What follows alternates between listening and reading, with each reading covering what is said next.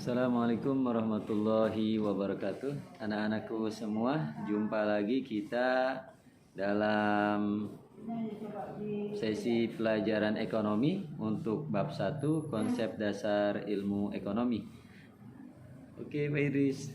Setelah mempelajari bab ini, Anda diharapkan mampu mendeskripsikan konsep ilmu ekonomi. Yang kedua, menjelaskan pembagian ilmu ekonomi. Yang ketiga, menjelaskan prinsip kegiatan, motif, dan politik ekonomi. Yang keempat, membedakan pernyataan positif, pernyataan normatif dalam ekonomi. Kemudian menjelaskan metodologi ilmu ekonomi dan menjelaskan kegunaan ilmu ekonomi.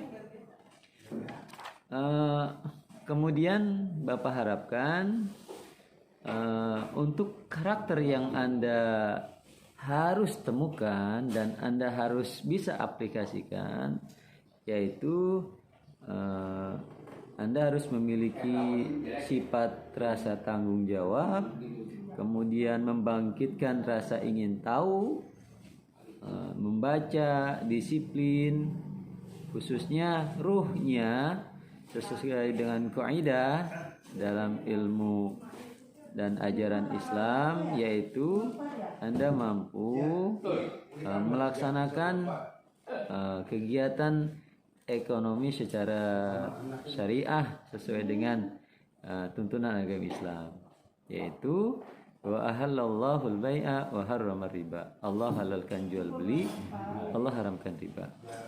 Baik anak-anakku yang berbahagia, yang pertama kita akan masuk kepada pengertian ilmu ekonomi.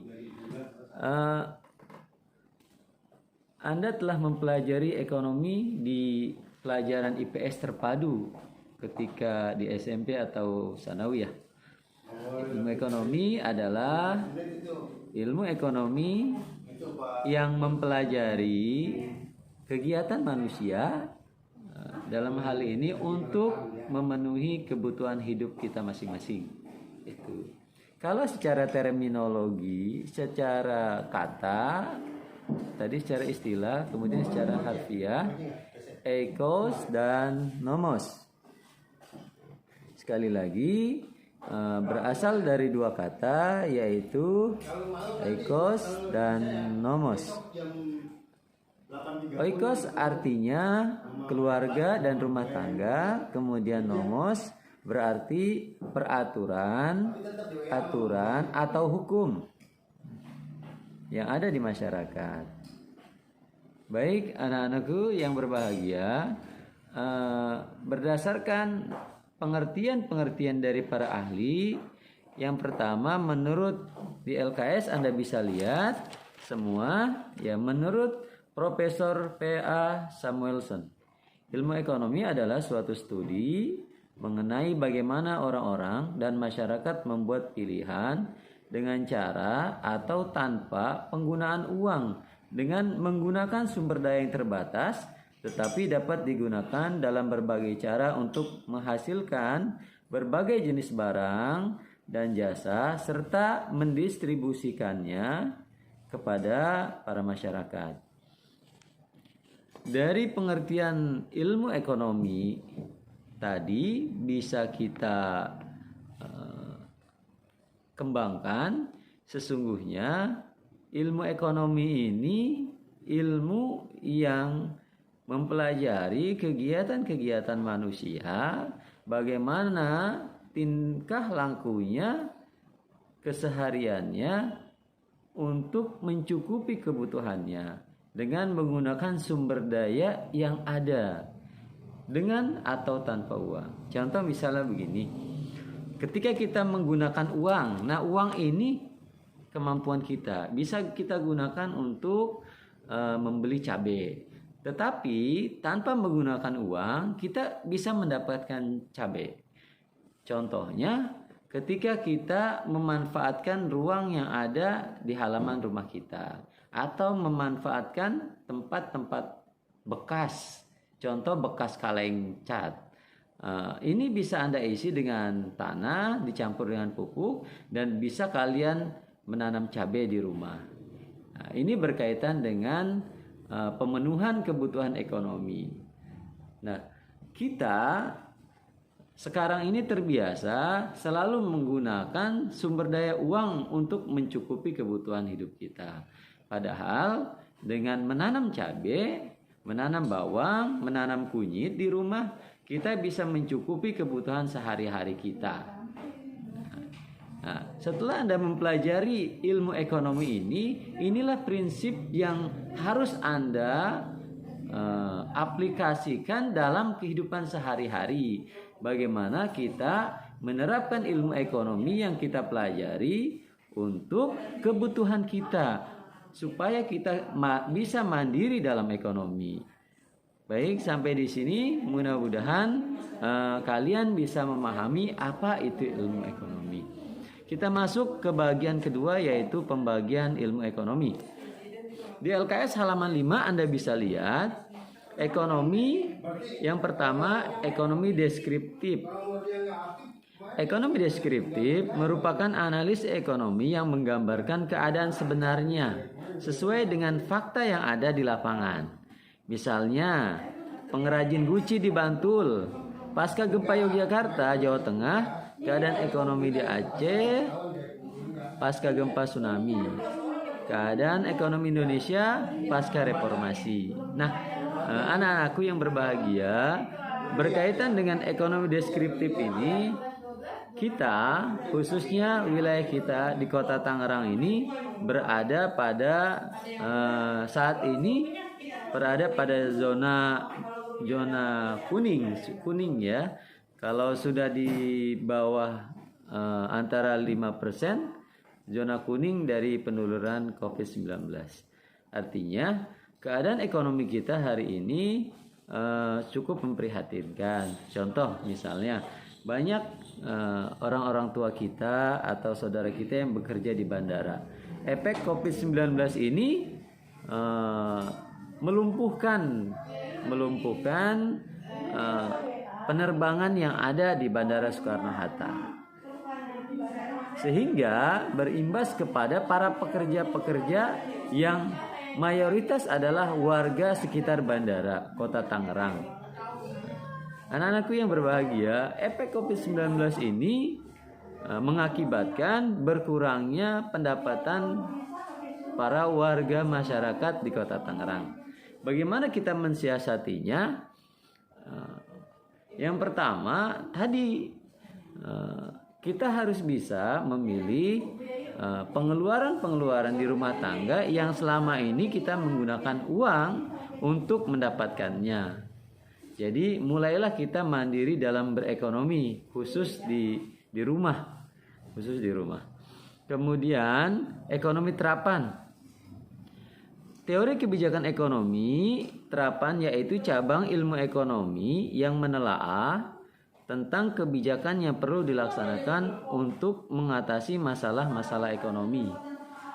Kalau tadi kita bicara dengan teori ekonomi, sekarang bagaimana kita menerapkan ilmu ekonomi ke dalam keadaan kita yang hari ini. Anak-anakku yang berbahagia, sebagai siswa kita bisa membantu kedua orang tua kita mencukupi kebutuhan yang ada di rumah saat ini. Contoh misalnya kondisi COVID-19 hari ini, kita untuk pembelajaran menggunakan penggunaan kegiatan belajar jarak jauh menggunakan fasilitas internet yang hari ini kita bisa dan Anda saksikan. Jadi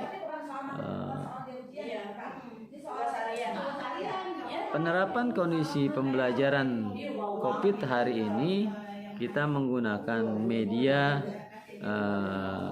YouTube, yaitu Bapak menggunakan YouTube. Jadi untuk absensi Anda silakan komen di bawah. Jangan lupa subscribe, komen, tulis nama. Contoh Vidya. Nah, tinggal tulis Vidya 11 12 IPA.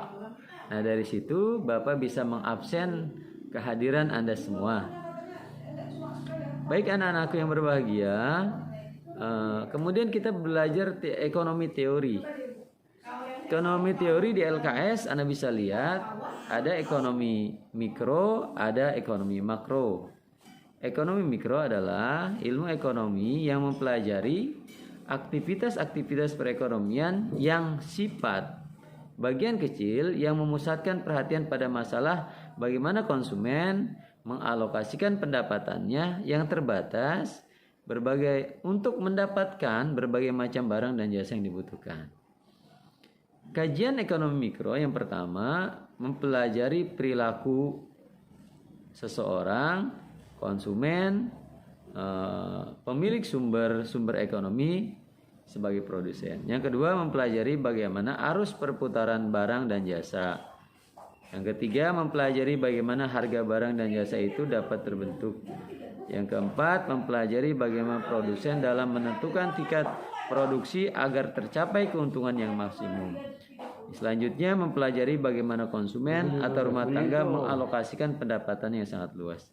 Sekup dari ekonomi mikro ini bisa kita simpulkan adalah kegiatan-kegiatan yang ada di rumah tangga kita terkecil. Yang kedua makro.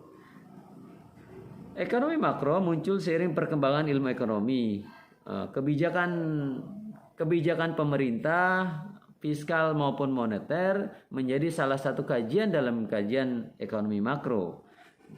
Bagaimana pemerintah mengatasi perekonomian hari ini yang kita sedang